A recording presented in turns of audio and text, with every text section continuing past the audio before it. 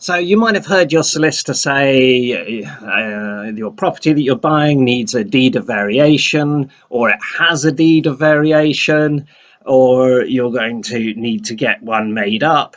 So what is it?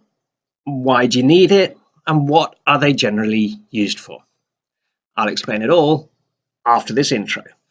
I'm Tim Hill, internet entrepreneur, property investor, and author of How to Really Buy a Property. No. It's not one of those books that goes on and on about how you can make millions investing in property, and all you have to do is go on my course to learn the secrets, and then you go on my course and you find out that you have to go on my master course to learn the real secrets. None of that. If you have decided to buy a property, no matter what your motivation, then How to Really Buy a Property is the smart way to do it, and it will save you time, money, and stress. Okay, deeds of variation normally belong to leasehold properties. In a leasehold situation, what you got is a building, could be a house, could be a block, and the properties in that block, say, belongs to someone.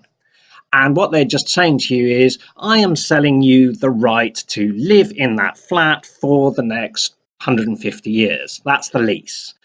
Now, you might not be buying it from the freeholder, you might be buying it from someone who's selling on the lease. That's the usual situation. So I've got a property, I'm the leaseholder, I've got 99 years left on the lease, and I'm saying to you, I'm offering it to you for 150,000. And you say, great, I'll take that. So in the lease, there are certain obligations to the freeholder.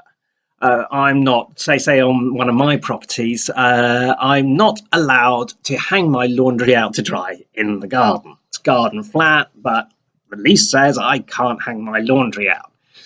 So maybe I want to change that. I go to the freeholder and say, look, I want to hang my laundry out. And the freeholder says, yeah, it's okay with me, but we don't want to go into the expense and the time, the cost of drawing up an entire new lease for the property. So what we do is we add a document to the end of the lease, which says that clause about hanging out laundry, that's no longer valid as of this date, signed by leaseholder, signed by freeholder. And that document is called the deed of variation. It causes a variation on the lease, excuse me. Okay, so now my neighbours can see my collection of colourful boxer shorts. That's not a brilliant example. Let's imagine that you live in a garden flat and you want to put a conservatory on. Well, the lease actually usually states that the property is not to be, changed. You're not allowed to knock walls through, put extensions or conservatories on without the permission of the freeholder. So again, you might get a deed of variation made up where the freeholder just says, yeah, I'm fine with you adding that conservatory, which bypasses the you're not allowed to do this and you're not allowed to do that.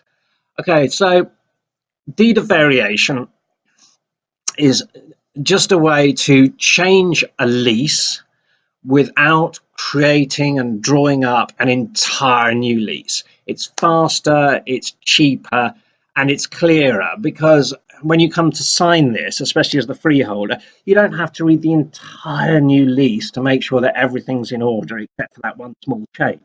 You're just looking at an amendment to the lease. But actually, really, for all parties involved, deeds of variations are a much better, cost-efficient, time-efficient way to make changes to the lease. And that's it. That's all for this short video. There's much more information in the book, How to Really Buy a Property. As always, if you found this information useful, please remember to subscribe, to share, to like, to do all those social media things. It all helps other people who need this information find it more easily. If you've got some specific questions which you'd like me to have a go at answering, please put them in the comments below and I'll try and get to them. And in the meantime, good luck with your property purchase.